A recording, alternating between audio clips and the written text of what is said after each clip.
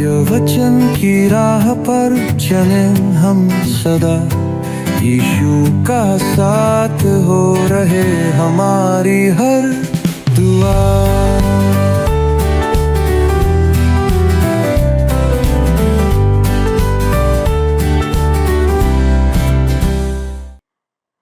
प्रिय दर्शकों, आप सभी को प्रभु यीशु मसीह के नाम में प्रेम भरा अभिवादन। हम आप सभी दर्शकों का क्रमबद्ध बाइबल अध्ययन कार्यक्रम, नाम आपको पता है, सत्य वचन में हार्दिक स्वागत करते हैं। मित्रों, आज हम बाइबल के पुराने नियम की अंतिम पुस्तक मलाकी नबी की पुस्तक से अध्ययन आरंभ करेंगे। इसमें हम मलाकी नबी की पुस्तक की प्रस्तावना और मलाकी अध्याय 1-1 पद का अध्ययन करेंगे। इस पुस्तक में हम यह भी देखेंगे कि मलाकी निश्चित रूप से एक संदेशवाहक था। यद्यपि हम मलाकी के बारे में बहुत कम जानते हैं, लेकिन आज हम परमेश्वर के दास के द्वारा इस पुस्तक से महत्वपूर्ण बातों को जानेंगे, सीखेंगे। प्रिय मित्रों, आप सभी को हमारे परमेश्वर पिता और उसके पुत्र प्रभु यीशु मसीह के पवित्र और सामर्थी नाम में प्रेम भरा नमस्कार। दोस्तों, मुझे पूरा विश्वास है कि आपका जीवन परमेश्वर के वचन की शिक्षा और ज्ञान में बढ़ते जा रहा है। और इस क्रम में हम बढ़ते हुए पुराने नियम की अंतिम पुस्तक तक आ चुके हैं। आप सभी को मालूम है कि पुराने नियम की अंतिम पुस्तक का नाम है मलाकी नबी की पुस्तक। दोस्तों, आपके लिए इस पुस्तक का अध्ययन भी उतना ही रोचक और आशीष का कारण रहेगा जितना पिछली पुस्तकों का अध्ययन रहा है। तो चलिए मित्रों, जैसे कि हम सबसे पहले किसी भी पुस्तक के परिचय या प्रस्तावना को देखते हैं, आइए हम मलाकी नबी की पुस्तक के प्रस्तावना से अपना अध्ययन आरंभ करते हैं।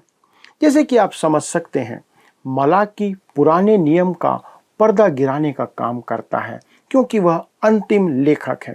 आने वाले मसीह की भविष्यवाणी करने वाला वह भविष्यवक्ताओं की लंबी सूची में वह अंतिम भविष्यवक्ता है।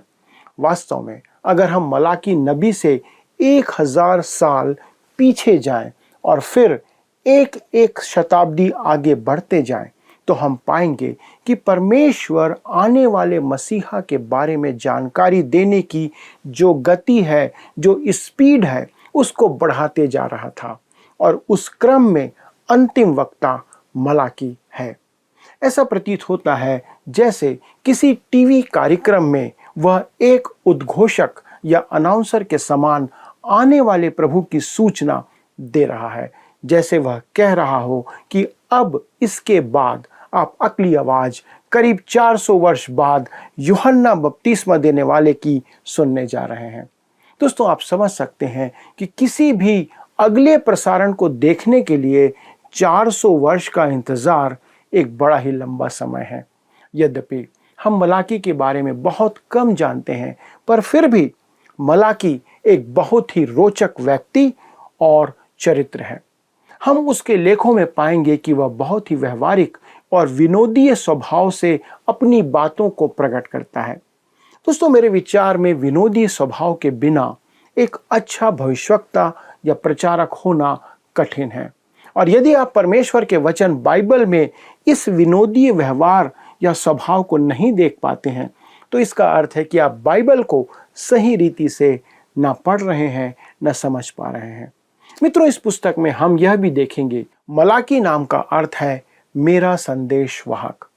सेप्तुअजिंट, जो कि यहूदियों के द्वारा लिखी गई वो पुस्तक है, इसका अर्थ उसमें स्वर्गदूत बताया गया है, क्योंकि यूनानी शब्द एंजेलोस का अर्थ संदेशवाहक होता है।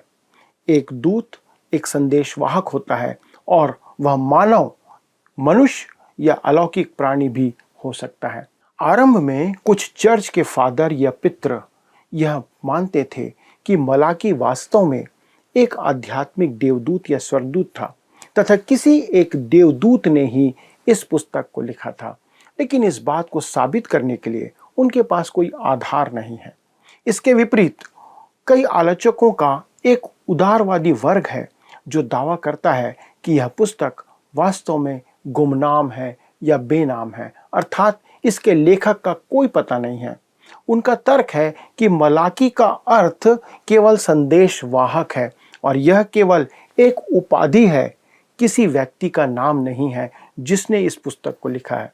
निश्चित रूप से मलाकी के बारे में हमारी जानकारी दोस्तों उतनी ही सीमित है जितनी स्वर्गदूतों के बारे में सीमित है। मान ले कि यदि यह पुस्तक बेनाम होती भी है तो यह भविष्यवाणी की एकमात्र ऐसी पुस्तक होगी, और मुझे नहीं लगता कि मलाकी इस नियम में अपवाद है, क्योंकि यह भविष्यवाणी लिखने वाला वह अंतिम व्यक्ति था। मलाकी के बारे में हमारी जानकारी बहुत सीमित है।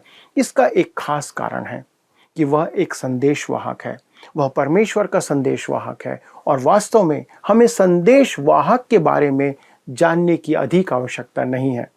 हमें संदेश से और संदेश भेजने वाले से सरोकार रखना अधिक महत्वपूर्ण है। यदि आपके पास पत्र लेकर कोई डाकिया आता है तो आप उस डाकिये के बारे में जानने में कोई रुचि नहीं रखते हैं। ना आप उसके बारे में जानना चाहते हैं, ना आप उस डाकिये के परिवार के बारे में जानना चाहते हैं। आप तो केवल उस पत्र का संदेश और उस भेजने वाले के बारे में जानना पसंद करते हैं और चाहते हैं। वास्तव में आप उस संदेशवाहक का नाम तक नहीं जानते और ना जानने में कोई रुचि रखते हैं। दोस्तों, महत्व उस संदेश का है जो वह लेकर आया है, और मलाकी बस यहाँ पर एक संदेशवाहक था। और महत्वपूर्ण बात यह है कि वह क्या संदेश लेकर आया था, हमें इस पर ध्यान देना है। इसी प्रकार मरकुस के सुसमाचार में भी परमेश्वर के पवित्र आत्मा द्वारा इसी पद्धति का या प्रकार का उपयोग किया गया है, जहाँ पर प्रभु यीशु मसीह की वंशावली का विवरण दिया नहीं गया है। उसका कारण यह है कि चारों सुसमाचार प्रभु यीशु मसीह को अलग अलग रूप में या प्रकार से प्रस्तुत करते हैं। मत्ती प्रभु यीशु मसीह को एक राजा के रूप में प्रस्तुत करता है, और अगर वह राजा है तो उसे राजा दाऊद के वंश से होना आवश्यक है। और इसी प्रकार मत्ती का सुसमाचार आरंभ होता भी है जैसा मत्ती 1 उसके 1 में लिखा हुआ है, अब्राहम की संतान, दाऊद की संतान, यीशु मसीह की वंशावली। दोस्तों, यहाँ पर मत्ती में यह महत्वपूर्ण है कि प्रभु यीशु मसीह को दाऊद की संतान के रूप में प्रकट किया जाए, या वो दाऊद की संतान हो, क्योंकि वह उसे एक राजा के रूप में प्रकट कर रहा है। पर जब आप मरकुस के सुसमाचार में आते हैं, जो प्रभु यीशु मसीह को परमेश्वर के सेवक या दास के रूप में प्रस्तुत करता है, इस कारण उसे प्रभु यीशु मसीह की वंशावली से कोई सरोकार नहीं है, और ना वह उसका उल्लेख करता है। मरकुस प्रभु यीशु मसीह की वंशावली की बात नहीं करता है। दोस्तों, एक सेवक के बारे में मुख्य बात यह होती है कि क्या वह उस दिए गए काम को पूरा कर पाएगा या नहीं।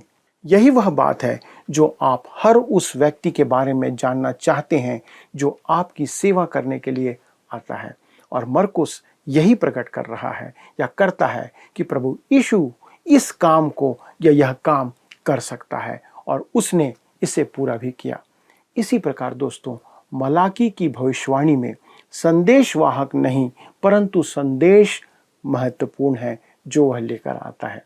मलाकी के लेखन काल के बारे में भी लोगों के बीच में कुछ मतभेद है। मैं जो तिथि सुझा रहा हूं वह है 397 ईसा पूर्व, जो संभवतः बाद की तिथि है। आज के रूढ़िवादी विद्वानों का मानना है कि मलाकी ने 5वीं शताब्दी के अंतिम भाग में भविष्यवाणी की थी, और यह लगभग 397 ईसा पूर्व का समय रहा होगा, या फिर उससे कुछ पहले का समय रहा होगा। महत्वपूर्ण बात यह है कि मलाकी नहेमिया के समय का भविष्यवक्ता था, जैसे हागै और जकरिया जरुब्बाबेल और यहोशू के समय में भविष्यवाणी कर रहे थे। मलाकी ने अपनी भविष्यवाणी की पुस्तक का समापन उसी प्रकार किया जैसे नहेमिया ने पुराने नियम की ऐतिहासिक पुस्तक का समापन किया था। संभवतः दोस्तों, उसने नहेमिया के राज्यकाल के दौरान या उसके तुरंत बाद ही अपनी भविष्यवाणियों को लिखा था, जैसे कि हमने बात किया था और हम जानते हैं। मलाकी का अर्थ है संदेश वाहक, पर उसका संदेश उससे अधिक महत्वपूर्ण है। वह स्वयं ही अपने लिए संदेश वाहक शब्द का उपयोग इस पुस्तक में 3 बार करता है, तथा साथ में 3 अन्य संदेश वाहकों के बारे में वह जबरदस्त और महत्वपूर्ण संदर्भ देता है। पहला है मलाकी 2 अध्याय उसका 7वां पद। इसमें वह लेवी को परमेश्वर का संदेश वाहक कहकर संबोधित करता है। जैसा लिखा है, क्योंकि याजक को चाहिए कि वह अपने ओठों से ज्ञान की रक्षा करे और लोग उसके मुंह से व्यवस्था पूछें, क्योंकि वह सेनाओं के यहोवा का दूत है। दोस्तों, इससे प्रकट होता है कि हर एक संदेश वाहक, हर एक गवाह, वचन का हर एक शिक्षक प्रभु का दूत है। वह संदेश वाहक है। वह परमेश्वर का एक ऐसा संदेश वाहक है जिसे परमेश्वर ने भेजा है। प्रकाशित वाक्य की पुस्तक में जहां हमें 7 कलीसियाओं को संबोधित करते हुए बताया गया है, वहां पर यही संदेश हमें देखने को मिलता है। उसे इसी प्रकार वहां पर व्यक्त किया गया है। प्रकाशित वाक्य 2 अध्याय के पहले पद को हम पढ़ते हैं। लिखा है, इफिसुस की कलीसिया के दूत को यह लिख। दोस्तों, मेरी समझ के अनुसार वह कलीसिया का दूत था या संदेश वाहक है। कोई अलौकिक प्राणी नहीं है, मात्र वह मानव रूप में एक संदेश वाहक था। वह एक मनुष्य था। दूसरे शब्दों में हम उसे कलीसिया का पासवान या पास्टर कह सकते हैं। दोस्तों, यह अच्छा प्रतीत होता है कि हम किसी पास्टर को या कलीसिया के पासवान को कलीसिया का दूत कहकर संबोधित करें। हम पास्टर को अनेक नामों से पुकारते हैं, संबोधित करते हैं, तो उसे कलीसिया का दूत कहने में मेरे ख्याल से किसी को कोई आपत्ति नहीं होनी चाहिए। दूसरी बात, मलाकी यूहन्ना बपतिस्मा देने वाले के आगमन की भी घोषणा करता है और उस व्यक्ति को अर्थात यूहन्ना को अपने दूत कहकर संबोधित भी करता है। जैसा मलाकी 3 अध्याय के पहले पद में हम पढ़ सकते हैं। लिखा है, मैं अपने दूत को भेजता हूं और वह मार्ग को मेरे लिए सुधारेगा। दोस्तों, यूहन्ना बपतिस्मा देने वाला नए नियम का मलाकी था और मलाकी ने पुराने नियम में जहां पर समाप्त किया था, वहीं से यूहन्ना बपतिस्मा देने वाला अपना काम आरंभ करता है। तीसरी बात, दूत के तीसरे संदर्भ में वह प्रभु यीशु मसीह के विषय में कहता है और प्रकट करता है, क्योंकि वह कहता है वाचा का वह दूत। जैसा मलाकी 3 अध्याय के पद 1 में हम पढ़ सकते हैं, और प्रभु जिसे तुम ढूंढते हो वह अचानक अपने मंदिर में आ जाएगा। हाँ, वाचा का वह दूत जिसे तुम चाहते हो, सुनो, वह आता है। दोस्तों, पुराने नियम में परमेश्वर का दूत जो प्रकट किया गया है, वह निश्चय ही देह धारण से पूर्व का हमारा प्रभु यीशु मसीह है। मैं चाहता हूं कि आप उस बात की ओर ध्यान दें जो मलाकी को हमारी पसंदीदा पुस्तक बनाती है। यद्यपि बाइबल में अन्य 65 पुस्तकें भी हैं जो मन भावन पुस्तकें हैं। वह बात यह है कि मलाकी एक प्रसन्न चित्त और अति विनोदीय स्वभाव का मनुष्य है। वह अपनी बातों को व्यंग्यात्मक तरीके से प्रस्तुत करता है। उस समय जिस समूह को उसे संबोधित करना था, वह जिनसे वह बात कर रहा था, उसके लिए उसे इसी प्रकार के संबोधन की या इसी प्रकार से व्यक्त करने की आवश्यकता थी। दोस्तों, उसकी प्रचार विधि में प्रश्न पूछना और स्वयं ही उसका उत्तर देना शामिल था। वो पूछता था प्रश्न और स्वयं उत्तर देता था। वह पहले परमेश्वर के संदेश को प्रश्न के रूप में उनके सामने प्रस्तुत करता है और उसके बाद वह इस्राएल की ओर से स्वयं उत्तर देता है, जो अभिमान से पूर्ण और व्यंग्यात्मक था, वरन तिरस्कार पूर्ण, हठीला और धृष्ट भी था। दोस्तों, यह अहंकारी, अभिमानी, अहंकारी और यहाँ तक कि अपमानजनक भी था। पर विश्वास करें मित्रों कि मलाकी के पास परमेश्वर की ओर से दिए गए बहुत ही अच्छे उत्तर हमें इस पुस्तक में देखने को मिलेंगे, इसलिए कि वे परमेश्वर की ओर से दिए गए हैं। दोस्तों, हम परमेश्वर के इस व्यंग्यात्मक स्वभाव को या भाव को भी यहाँ पर देख पाएंगे। दोस्तों, मुझे आशा है कि आप मलाकी की उस पुस्तक का आनंद लेंगे और इसके द्वारा से भी आशीषित होंगे, क्योंकि यह एक छोटी लेकिन बहुत ही अद्भुत और महान पुस्तक है। तो आइए मित्रों, हम इस पुस्तक की रूपरेखा को देखते हैं। पहला, इस्राएल के प्रति परमेश्वर का प्रेम, अध्याय 1 का 1 से 5। दूसरा, याजकों को अपवित्रता के लिए फटकार या झिड़का जाना, अध्याय 1 का 6 से दूसरे अध्याय के 9 पद तक। तीसरा, सामाजिक पाप के लिए इस्राएल के लोगों को छिड़का जाना, अध्याय 2 के 10 से 17 तक। चौथा, 2 संदेश वाहकों की भविष्यवाणी, अध्याय 3 का 1 से 3 का 6 तक। पांचवा, धार्मिकता के पाप के कारण लोगों को झिड़का जाना, अध्याय 3 का 7 से 3 के 18 तक। छठवा, प्रभु के दिन की भविष्यवाणी तथा धार्मिकता के सूर्य का आगमन या प्रकट होना, अध्याय 4। तो आइए दोस्तों, हम अध्याय 1 से अपने अध्ययन को आगे बढ़ाते हैं, जिसका विषय है इस्राएल के प्रति परमेश्वर का प्रेम, याजकों को अपवित्रता के लिए फटकार। मित्रों, मलाकी उन्हीं समस्याओं पर चर्चा करता है जिनकी चर्चा नहम्याह पहले कर चुका है, और इससे पता चलता है कि मलाकी भी नहम्याह के समय में भविष्यवाणी कर रहा था, अर्थात दोनों समकालीन थे। पहली समस्या थी याजक वर्ग का या याजकों का अपवित्र होना, और दूसरी समस्या थी उन लोगों का अन्य जातियों में विवाह करना। मित्रों, वे अपनी इस्राएली पत्नियों को तलाक देकर अन्य जाति स्त्रियों से विवाह कर रहे थे। विश्वास रखें दोस्तों, परमेश्वर इन बातों पर बहुत सख्त है, वह इससे बहुत क्रोधित होता है और इसका दंड वो अवश्य ही एक दिन लोगों को देगा। कई बार हमारे कुछ दर्शक तलाक के विषय में वचन सुनना चाहते हैं, पर मित्रों, जब मुझसे तलाक के विषय विचार व्यक्त करने के लिए कहा जाता है तो मैं केवल वही कहता हूं जो परमेश्वर का वचन हमसे कहता है। मलाकी की पुस्तक में परमेश्वर तलाक के विषय में बहुत कुछ कहता है जो हम आगे पढ़ेंगे।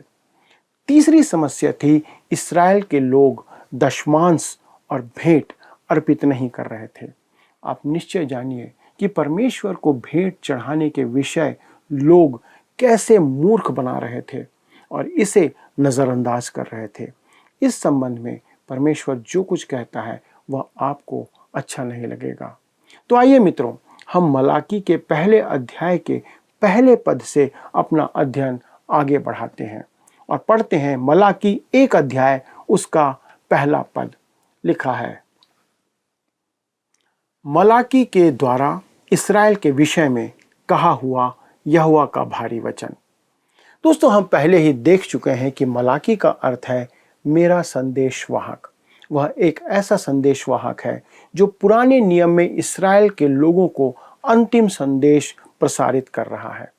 इस्राएल के विषय में कहा हुआ यहोवा का भारी वचन। दोस्तों, भारी वचन का अर्थ है न्याय और दंड, परमेश्वर का दंड, और यह एक बहुत ही तटस्थ और कठोर दंड है जो परमेश्वर उन्हें देने जा रहा है। एक और बात जिस पर हमें ध्यान यहाँ पर देना होगा, जो मलाकी इस्राएल अर्थात इन सारे 12 गोत्रों को एक साथ संबोधित कर रहा है, और यह स्पष्ट है कि इस्राएल के सभी गोत्र वास्तव में हकीकत में लुप्त नहीं हुए थे। हालांकि आज कुछ लोगों को वे लुप्त नजर आते हैं या प्रतीत होते हैं, लेकिन वे कभी भी लुप्त नहीं हुए हैं। यह संदेश इस्राएल के सभी 12 गोत्रों के लिए है। प्रत्येक गोत्र से केवल कुछ ही लोग उस देश में लौट कर आए थे और सभी गोत्रों में उनकी संख्या बहुत कम थी, लेकिन परमेश्वर ने उन्हें संबोधित किया। और मुझे स्पष्ट रूप से यह लगता है कि मलाकी का संदेश यहीं से उन अन्य लोगों तक पहुंचा जो कि उस देश में वापस लौटकर नहीं आए थे। दोस्तों, नहम्याह की पुस्तक हमें बताती है कि दोनों तरफ से संवाद हो रहा था, उधर से और इधर से। कुछ संदेशवाहक, कुछ यात्री थे जो इस्राएल से बंधुआई के स्थान के बीच आना जाना करते थे, आते जाते रहते थे जहां वे गुलामी में रह रहे थे। अंततः हम स्पष्ट रूप से देखेंगे कि संदेश सभी 12 गोत्रों तक पहुंचाया गया था। तो मित्रों, यहाँ पर मलाकी का प्रस्तावना समाप्त होता है और हम अगले प्रसारण से इस अध्ययन को आगे बढ़ाएंगे। पर एक बात निश्चित है दोस्तों कि यह अध्ययन हम सभी के लिए आंखें खोलने वाला होगा। क्यों? क्योंकि परमेश्वर हमें कुछ ऐसी बातों को प्रकट करेगा जो हमारे विचार में भी कभी नहीं आई होगी। आइए हम परमेश्वर को इस संदेश के लिए धन्यवाद दें जो उसने अपने दासों और संदेश वाहकों के द्वारा से हमें दिया है। आइए हम प्रार्थना करें। हमारे स्वर्गीय पिता परमेश्वर, प्रभु यीशु मसीह के नाम से आपके सन्मुख आते और धन्यवाद देते, क्योंकि पिता परमेश्वर हमारी प्रार्थनाएं प्रभु यीशु मसीह में होकर आप तक पहुंच सकती हैं। जैसा आपने अपने वचन में हमें प्रतिज्ञा किया है, हमारी विनती है पिता परमेश्वर कि जब हम इस पुस्तक का अध्ययन आरंभ कर रहे हैं प्रभु, हमने यह जाना कि आप हमें संदेश देते हैं। आपने अपना संदेश अपने वचन के द्वारा से ना केवल हमारे लिए, ना केवल कलीसिया के लिए, परंतु पूरे संसार के लिए, इस्राएल के गोत्र के 12 गोत्रों के लोगों के लिए दिया है। पिता, हम धन्यवाद देते हैं कि आपका संदेश ही है जो हमें तैयार करता, जो हमें जागृत करता, जो हमें यह बताता है कि हमें आने वाले प्रकोप से बचने के लिए क्या करना है। प्रभु, धन्यवाद देते हैं आपके इन संदेशों के लिए। हमारी यही विनती है प्रभु कि हमारे सभी दर्शक जो हमारे साथ निरंतर जुड़े रहते हैं, उनके जीवन में आपका वचन कार्य करता चला जाए। जो कुछ हमने इस वचन से, इस अध्ययन से सीखा है प्रभु, वह हमारे आत्मिक उन्नति के लिए कार्य करने पाए। हमारे परिवार को प्रभु आपके निरंतर निकटता में लेकर आए। हमारे जीवन में जो गलतियां हैं उसे हम छोड़ने पाए।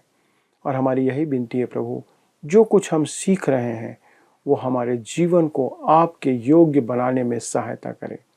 प्रभु, हमारे सभी दर्शकों के लिए यही विनती है, उनके जीवन में आप हर एक परेशानी, दुख, पीड़ा, क्लेश को दूर करें। प्रभु, हम नहीं जानते कि किस प्रकार की समस्या उनके जीवन में है। हम यह भी नहीं जानते कि वो किस कारण से दुखी हैं, किस कारण से उनके हृदय टूटे हुए हैं। लेकिन हम ये जानते हैं प्रभु कि आप उनके इस टूटे हुए हृदय को फिर से उत्साहित कर सकते हैं, उनकी समस्याओं को उनसे दूर कर सकते हैं, उनके पारिवारिक जीवन को फिर से आप आनंद से भर सकते हैं। प्रभु, अनुग्रह करना कि आपकी दया इन सभी लोगों के जीवन में पहुंचने पाए और आपके वचन के अनुसार वे आपकी आशीष को आपकी उपस्थिति के द्वारा, आपके वचन के द्वारा अपने जीवन में प्राप्त करें। धन्यवाद देते हैं पिता, प्रार्थना को सुनने के लिए प्रभु यीशु क्रिस्त के नाम से इस विनती को मांगते हैं, आमीन। प्रिय मित्रों, यदि आपके पास कोई प्रश्न है तो कृपया हमारे फ़ोन नंबर पर हमसे संपर्क करें और हमारे परामर्शदाता आपकी सहायता करने के लिए तैयार हैं। अगले प्रसारण तक परमेश्वर का अनुग्रह और उसकी दया आपके साथ बनी रहे। प्रभु आपको आशीष दे। आइए अब हम प्रश्नों को देखें। पिछले प्रश्न का उत्तर है सी, जातियां जिसने यरूशलेम से युद्ध किया। उन जातियों की आंखें अपने गोलकों में सड़ जाएंगी और उनकी जीभ उनके मुंह में सड़ जाएगी। आज के अध्ययन पर आधारित प्रश्न है, मलाकी नाम का अर्थ क्या है? ए, एंजेलोस, बी, एक दूत, सी, मेरा संदेशवाहक, डी, स्वर्गदूत। मित्रों, इस प्रश्न का उत्तर हमें कल सुबह 6 बजे से पहले विकल्प ए, बी, सी या डी के साथ अपना नाम, पता, स्थान के साथ 9651433397 पर SMS या WhatsApp करें। प्रिय दर्शकों, आज हमने मलाकी नबी की पुस्तक की प्रस्तावना और अध्याय 1-1 से महत्वपूर्ण बातों को सीखा है। ये वचन न केवल इजराइल को बल्कि आज भी हमें ईमानदारी, श्रद्धा और आदर से खुद से संवाद करने की प्रेरणा देता है। जैसे परमेश्वर ने मलाकी को माध्यम के रूप में चुनकर संदेश भेजा, वैसा ही हमें भी अपने जीवन में सच, समर्पण और सच्चे मूल्य बनाए रखने हैं। तो आइए हम भी इस बहुमूल्य व्यवहारिक संदेश को अपने जीवन में ग्रहण करें और सत्य, प्रेम व ईमानदारी के पथ पर अग्रसर हों और प्रभु के भय में चलें। यदि आप इस अध्ययन को दोबारा देखना चाहते हैं, विलंब मत करिए। हमारे YouTube channel water sounds Hindi में आप इसे पुनः देख सकते हैं। और अधिक जानकारी और प्रार्थना निवेदन के लिए आपको पता है, स्क्रीन पर नंबर आ रहा है जो कि है 9651433397। उस पर हमें संपर्क करिए। हमारे परामर्शदाता आपकी सहायता करने के लिए उत्सुक हैं। अगले प्रसारण में आपसे फिर से मुलाकात होगी। तब तक आप सबके साथ प्रभु अपनी उपस्थिति बना के रखें। क्या आपको यह कार्यक्रम पसंद आया? अभी हमें एक मिस कॉल करें और आप अगले विजेता हो सकते हैं।